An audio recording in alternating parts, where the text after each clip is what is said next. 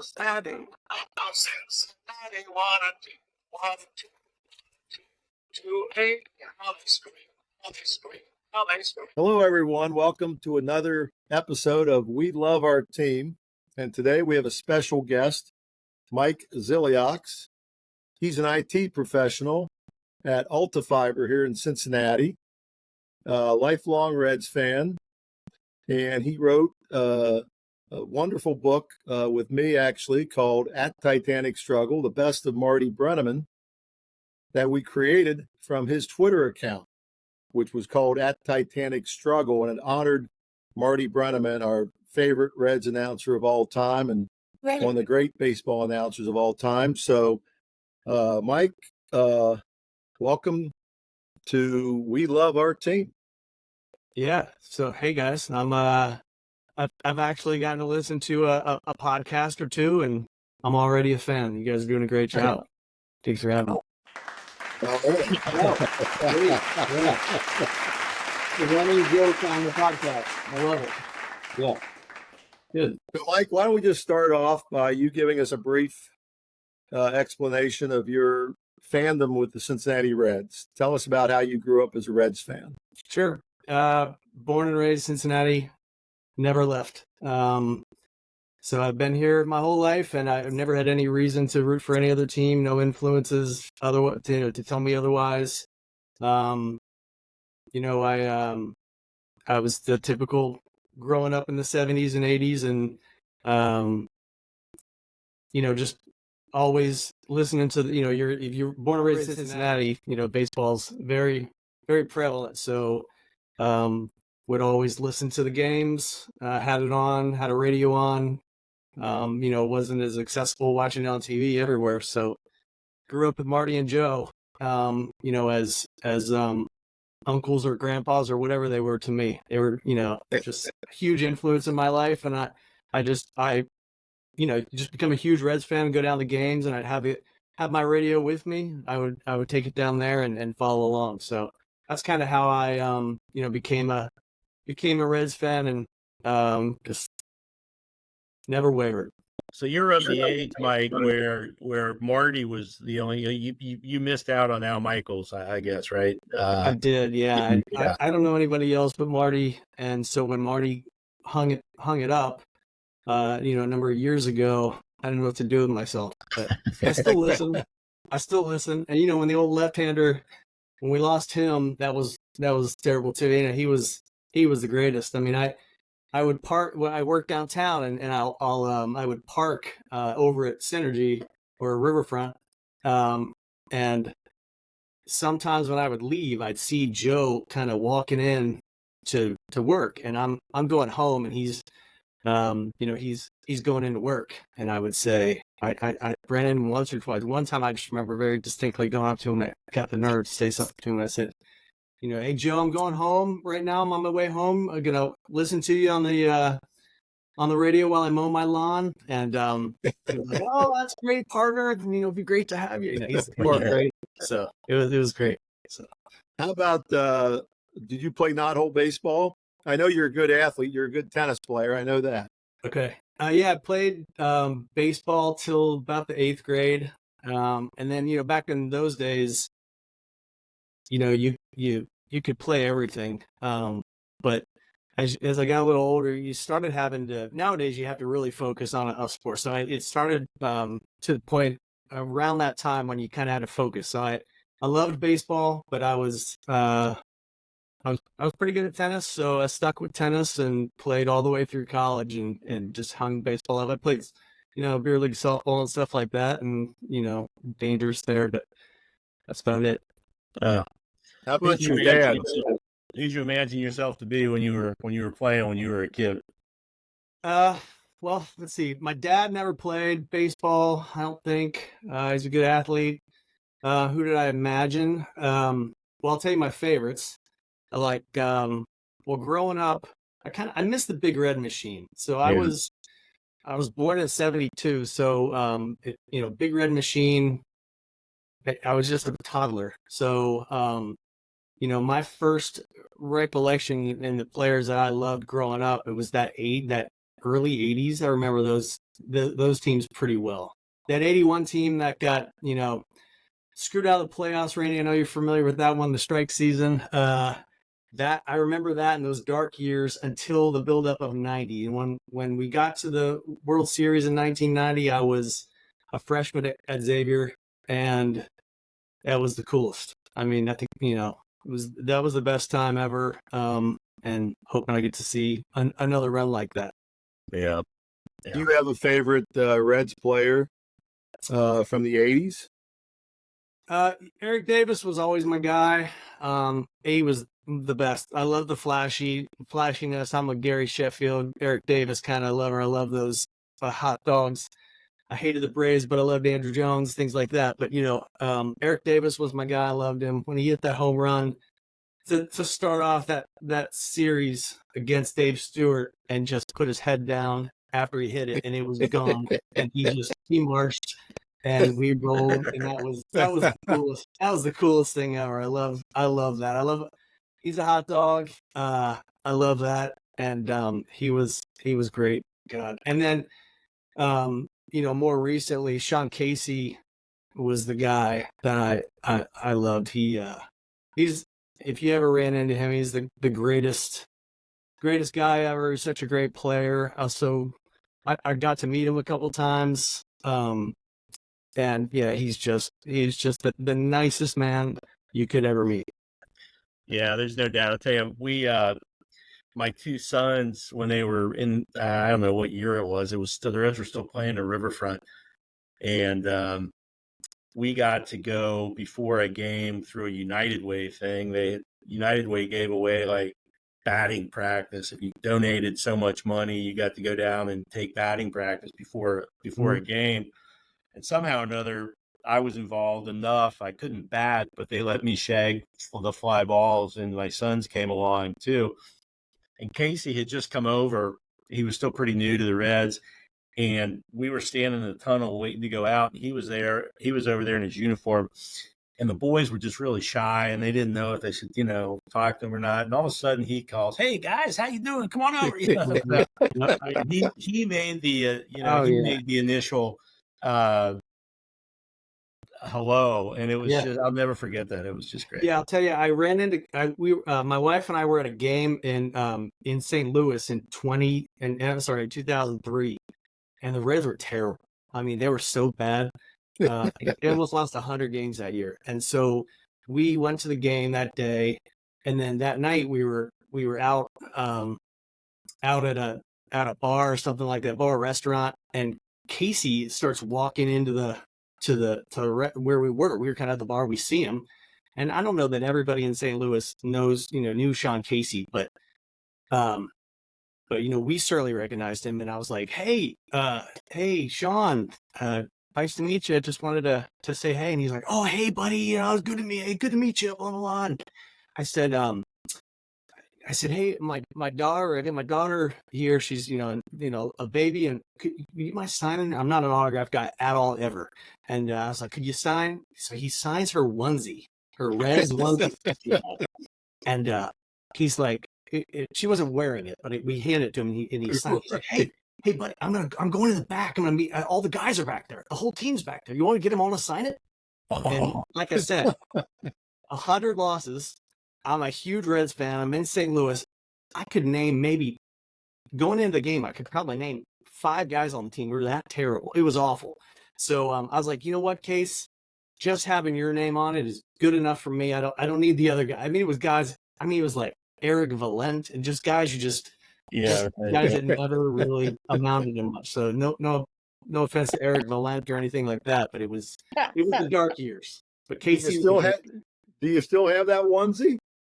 Somewhere, yes. Yeah. And you know what? I ran into him like years later in Detroit at a World Series game. And he I said something to him because he's so approachable. And I swear, I don't know. I think it's just the way he is. But I remember you. Yeah, we talked. Yeah. And, I kind of grown up. He's like, oh, yeah, we talked about Andrew, my son. And everything. I was like, yeah. So he's just the coolest. So, yeah.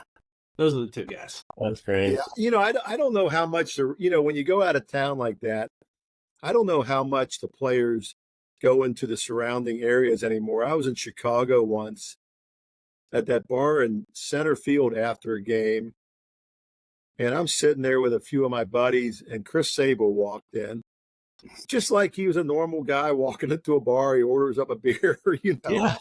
and he just sat there and talked to us like that. I mean, have you had that experience in other cities other than Sean Casey?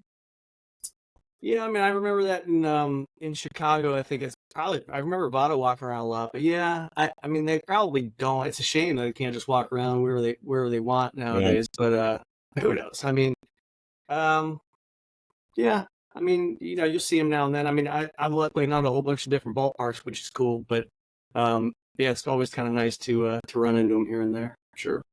What's your favorite ballpark that you've been to other than GABP or Riverfront? Well, I've been to I think there's only 6 I've not been to. So yeah, in the best, I think it's kind of like there's the 2 categories. There's the old ones that don't compare to the new ones, like the Fenway and the Wrigley. All those old ones are just so cool and historic. And then the new ones, I think the best old one, I love Fenway. It's cool. It's just so cool and unique. And the newer ones they're all kind of great. I haven't been to San Francisco, which I know, Randy, is your favorite park. But that's one of the 6 I've not hit. Okay, now you mentioned your earbuds earlier. Yeah. Why don't you tell our audience about your Twitter account at Titanic Struggle, how that came about, and how it flourished? Yeah, so I would always, so my roommates and I and just friends would just, Reds fans that I was friends with, we would just we'd laugh at Marty. I mean, sometimes he'd just get on a roll and he'd say things, and we'd just crack up, and I don't know if it was in the days of texting or not, but we'd call each other or whatever it was, and we'd say, "Oh my God, did you hear Marty?" And I started just writing things down that he would say. I don't know why, but it just things that made me laugh, so I could look back and laugh at them. So I don't know, had a scratch pad of papers of quotes for the longest time, and then in 2010 when Twitter blew up, I'm like, you know what? I'm gonna start just tweeting these out. It seems like a good place to do it. So I'd listen to the games, about north of 90% of the games. And Marty did the first 2 innings, took 3 and 4 off, did 5 and 6, 7 with somebody else, and then 8 and 9 was all Marty. So I knew when to be on and when to listen. And I tweet out about, 5 to 7 times a game, just anything that made me laugh or that was entertaining or that was kind of controversial, yes. Poetic, whatever it was. I mean, just some of the boring stuff was even great. Like, when he would announce the attendance, that's the 30,456 turnout for tonight's that Titanic Struggle. I figured that was it. Josh Sneed, a friend of mine and local comedian, he helped me name that. I think we came up with that together. But I just started tweeting out Martyisms. And then next thing I know, I had 500 followers, 1,000 followers. People were calling into the tracer after the game and sport, Reds, after the game and calling in 700. And they'd say, yeah, there's a guy on Twitter who's doing this and tweeting out Marty's quotes. And it's really fun. So it started getting, wheels, and ended up with like 7,000 followers. So that led to me calling it quits when Marty hung it up. And then I moved next door to Randy, and Randy and I got to talking. He found out I'm a huge Reds fan. I'm hanging my Reds flag outside, and he's got his out there, and we realized we had a mutual love for the Reds. And then Marty, and then he found out that I did the Titanic Struggle thing, and he's like, hey, we should write a book. And I'm like, I'll pass. And then he kind of convinced me to do it, and the rest is history. It's a great book. It's right here. Awesome. I got them all ready to go. Yeah, don't you have a good story about being at Kings Island with your children? Yeah, so And it became a bit of an obsession. When I talk about this, I really sound like a closet case. I promise you I'm not. But I mean, when I would listen, I would have the radio on. I would shush my kids, not my wife, but my kids, and just say, "Hey, oh, because you could tell, like there was a slow build to when Marty was getting all worked up. Like he'd get whipped into a lather because Arroyo didn't, he hasn't gotten an out in the first inning. We're 3 runs, 5 runs deep. So you knew it was coming.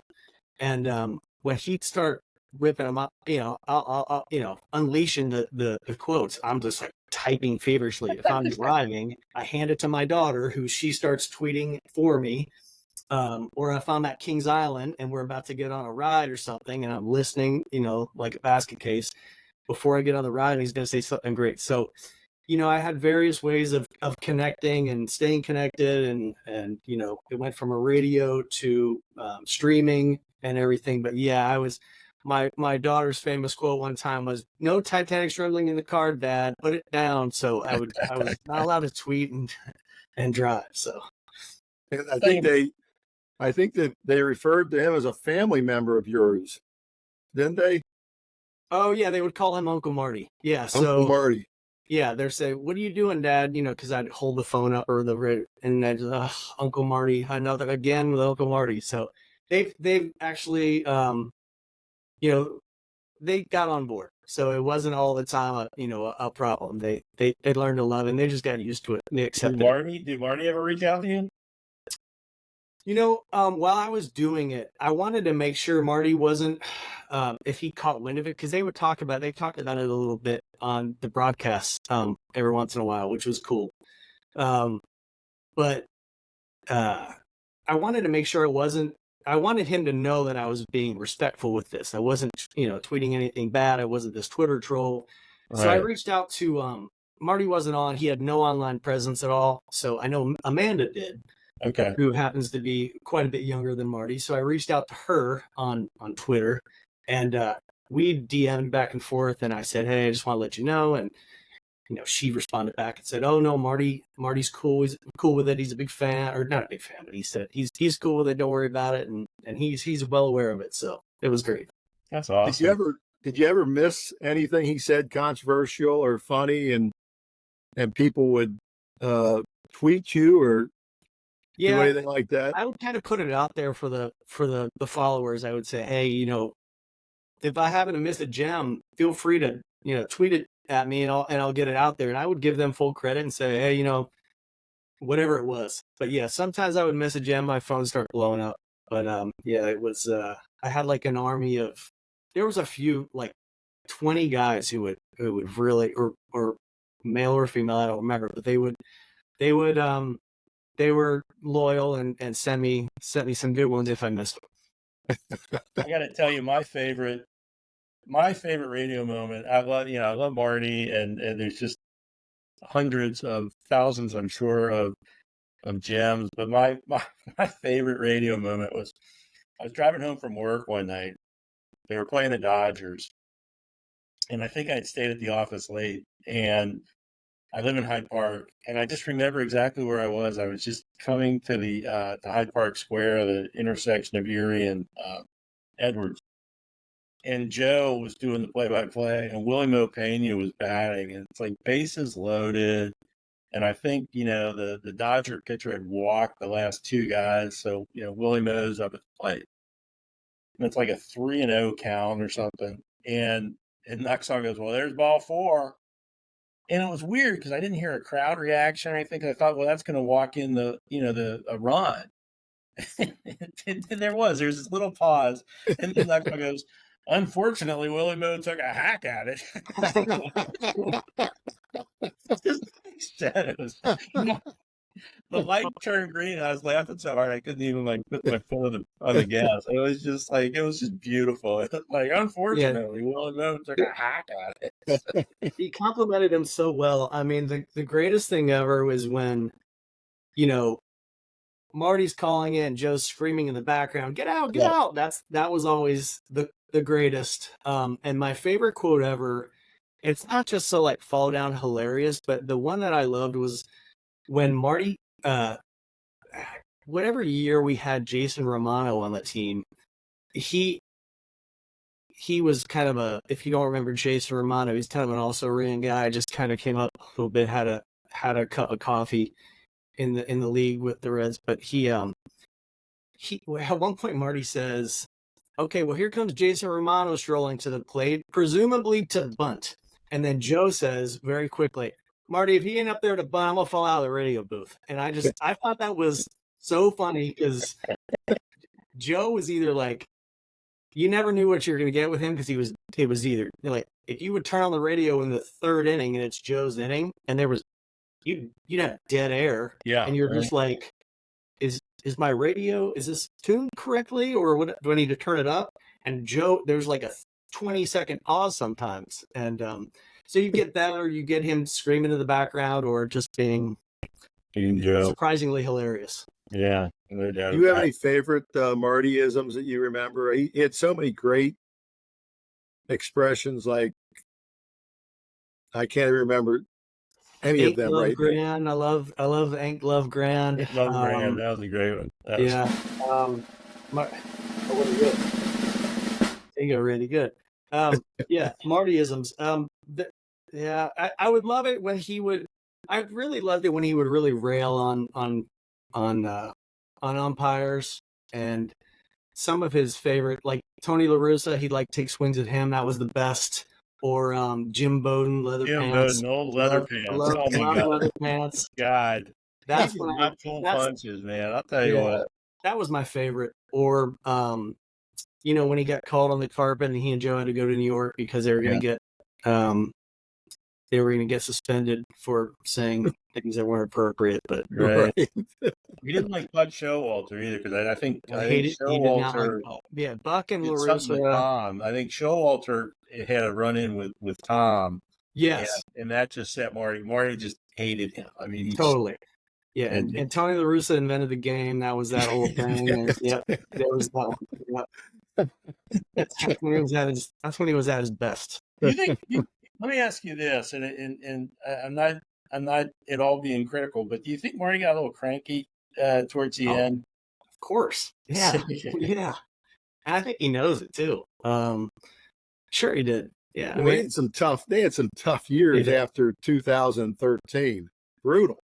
Yeah. And the thing you miss is like I understand, like Tommy, I think Tommy Thrall and Jeff Brantley, they do a great job. And I hate to say there's nobody going to do it ever like Marty, but nowadays you can't be too critical. And right. He was there's times when the Reds it's so frustrating. They'll be getting rolled, or they're going to give up a lead. You could just see it coming. They're on the road on the West Coast, or they're in St. Louis. God forbid they're losing to them. But, you could see it coming. And when things start going downhill, like when Marty would say things, you'd be like, yes, he's saying what I feel. And, make you feel it was therapeutic. But you don't really hear, like, Brantley will get on him pretty good, but Tommy's kind of straight and narrow and does a great job. But yeah, Marty really just called it out, and it was therapeutic. Yeah. Okay, so we talked about Sean Casey. How about some other Reds players that were among your favorites? Among my favorite Reds players, gosh, I know I loved. I was always I love Jay Bruce. I was a big fan of him. I mean, growing up, I do remember Concepcion. I loved him when I was and Perez. As I can remember them. I think my memories of them were more like on video and things like that. Watching, the videos. I'm not going to say Pete Rose necessarily, Randy. I know that's your favorite. I did like Pete, but by the time I was really a huge baseball fan, he was on to the Phillies and Expos and kind of making the rounds and everything. But I remember his hit. I remember all that. But you know what? I just the new guys are so much fun. This is just such a cool time to be a Reds fan with the new base coming up. I love it. I loved the whole Ellie De La Cruz. I went down when he debuted, and just. I mean, it was just guy after guy with McClain coming up, and then Encarnacion Strand coming up, and all these guys debuting, and then Abbott has a great year, and all these guys are just killing it. I love it. How about your family members? Your wife Tammy, was she a Reds fan growing up, or has she become a Reds fan after meeting you? No, she was a Reds fan. She grew up on the West. I went to West High, so didn't Pete go to West High? He went to West Side. Yeah. He So did? yeah, so she knew some the Helms boys, Tommy Helms kids, I believe, and then I guess if you go to West High, everybody in the West Side knows Pete, and stories about Pete. So yeah, she grew up a Reds fan, and then of course when she married me, she had no choice but to she'd be subjected to every game on radio. I don't know if she signed up for that, but yeah, she's big Reds fans, and our three daughters are, they're huge Reds fans, love going to games. Um, Claudia, my youngest Claudia keeps score at games still when she goes because you can go to the customer service booth still, and get they used to charge you like a buck or something like that. Now they just give them to you, and you can keep score at every game. You get pencils. It's kind of nerdy, but it's great. I love it. Keeps everybody engaged. Yeah, and they play. They don't. So I have two that are in high school still, and they play fairly high level competitive softball. So that's great. I love that. So they're interested in watching the Reds because there's strategy and everything, just like there is in softball. My favorite West High story is actually about Junior, and somebody told me, I can't remember who it was, but apparently when Junior was in high school, they played a game at West High, and West High's baseball field sits between Ferguson Avenue and Glenway Avenue, and supposedly Junior hit a ball and carried across Glenway, like out and across Glenway Avenue, and like landed in the Phillips Swim Club parking lot. People West Siders, I'm a West Sider, they'll know what I'm talking about. That's pretty meaningful to them. But I just think it's so great, Mike, talking to that we've been doing this and talking to Reds fans. There's such a connection. You can almost finish each other's sentences. Like when you started talking about Eric's home run, it was like, well, of course, it was the home run off Dave Stewart in 1990. We know exactly. Probably I remember where I was when that happened. And it just those memories really stay with you and stick in your head. And some of the great radio calls, I can think of Marty calling Jay Bruce's home run, the walk off in 2010. What a great call that was! It's just that's his favorite call. He said of all he gets asked that all the time. Oh, really? Okay. Yeah, and he has gone on record a number of times saying that the 90 team was his favorite team, but he says that that was his favorite call. And I don't know if it was like how happy he was with it, but it was a beautiful call. It was great. Well, he had some. He had some to choose from. Certainly he had Browning's perfect game. He had Pete 41-92. His first game was his first game. Was Hank Aaron. Yeah. And Babe Ruth. Yeah. He saw Junior's 600th home run. So he really was. What a run! What a great run! It was. He was fun to listen to. But I gotta say, I've said, it's rare to listen to, I think for me anyway, it's rare to listen to 9 innings on the radio because I'm in my car. I'm doing this, I'm doing that. But I was laid up a couple summers ago and in the hospital for a little while, and the TV did not get the Reds games. And so I listened, and it was Tommy Thrall and the Cowboy. But it was pretty cool. Listening to 9 innings on the radio is, after having not listen to a full game and just kind of riding the wave of the emotion. It was fun. It was, and those guys, a lost art.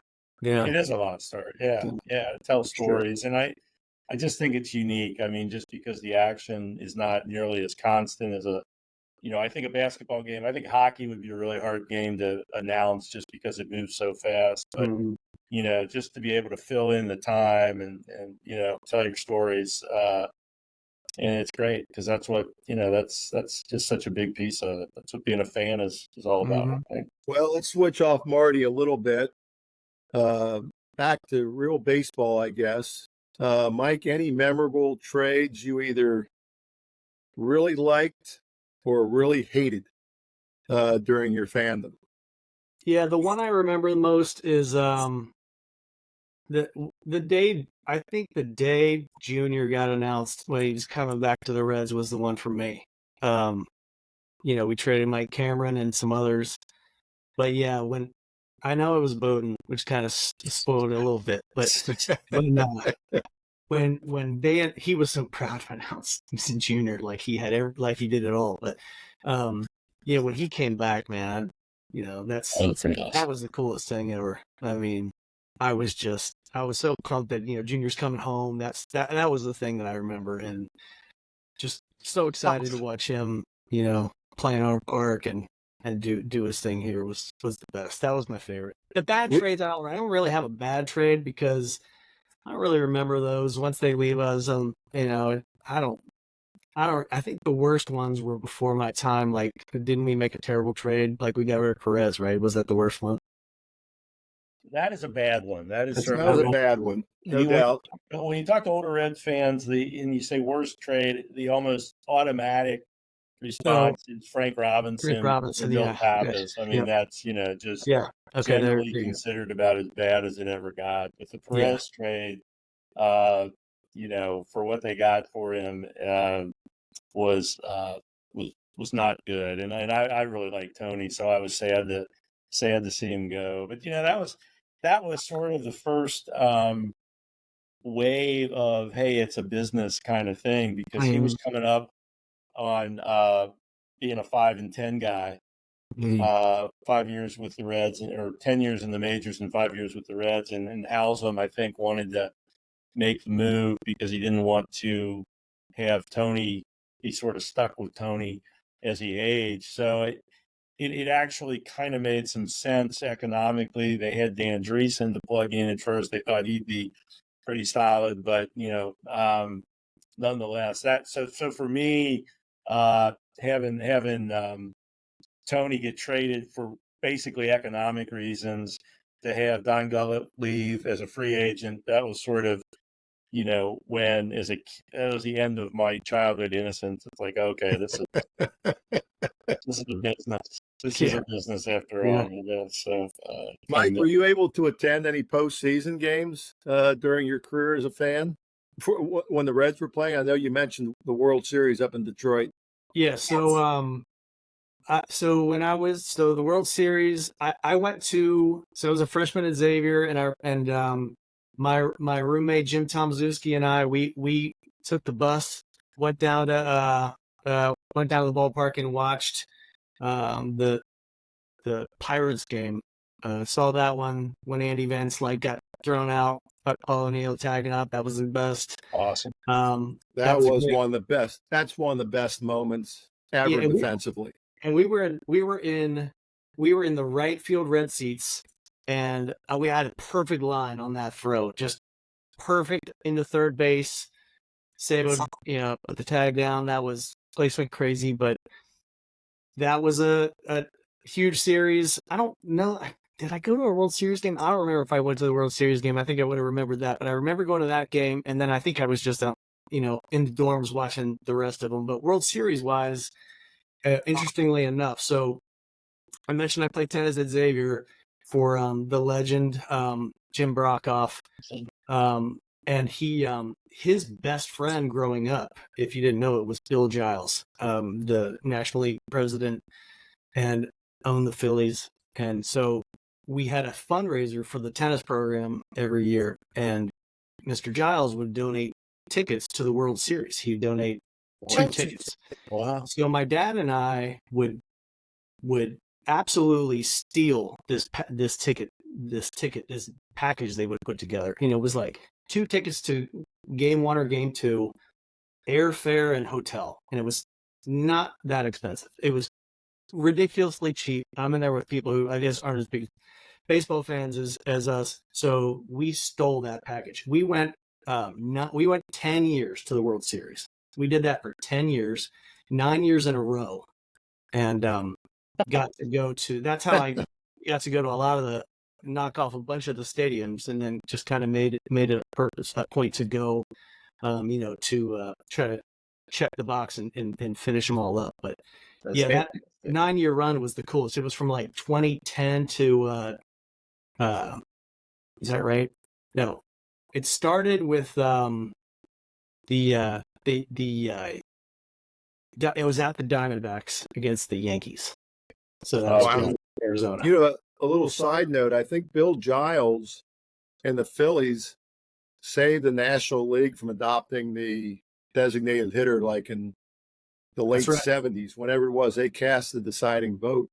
I'm pretty sure it was like, 6-, I don't know what the vote was, but they get credited for kind of saving the National League from the designated hitter. Mike, is there a go-to, for our listeners out there and our viewers, is there a go-to Twitter or X person that you follow that you think is really good for information about the Reds? For the Reds specifically, or maybe sports in general. My favorite baseball follow is Umpire Auditor. You familiar with Umpire Auditor? It's the greatest.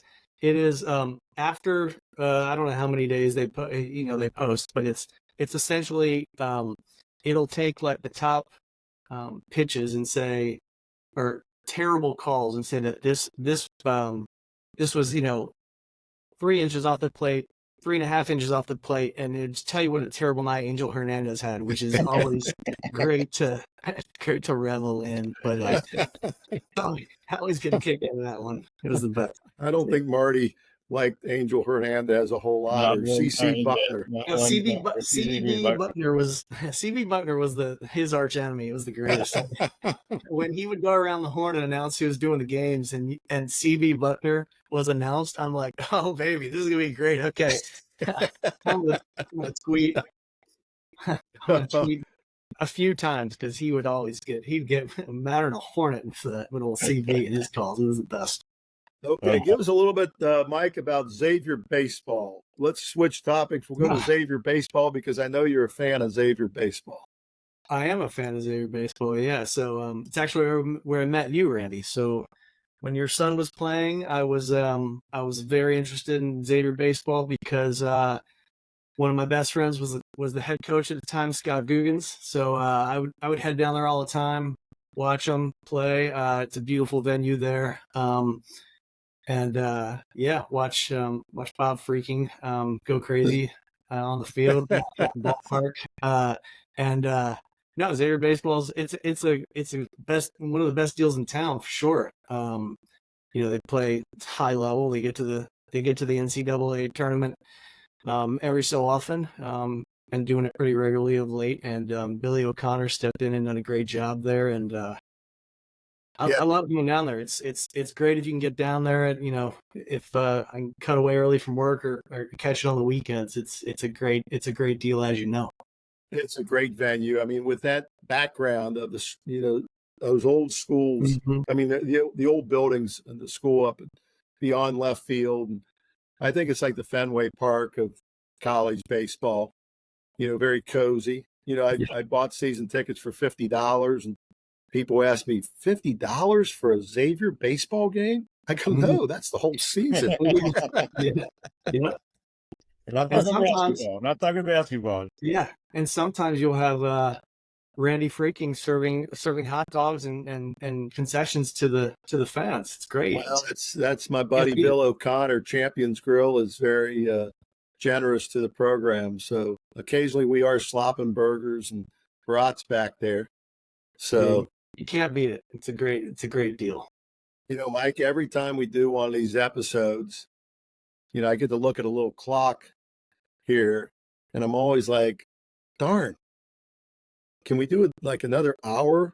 Because we could probably sit here all day and talk Martyisms and everything else. But so we appreciate your time very much, and we hope you can join us again in the future sometime. Yeah, I can't wait. Well, thanks for having me on. I can't wait to be played off with the applause and the music. This is the best. My favorite part of the show. This is the best. Huh? Well, Let's hear it. Let's ask the studio audience if they Yeah. like this or Oh, not. good. Yeah. Good. Thank you.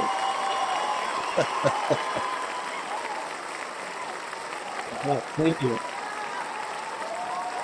It looks like it's not real. It's another standing ovation. Yeah. The That's studio audience. right. Appreciate Oh, that. it's so loud. Oh, nuts.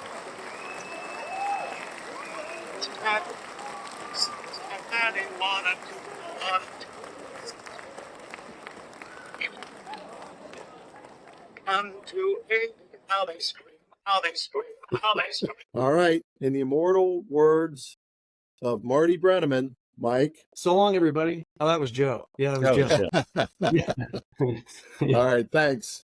Sure. Thank you.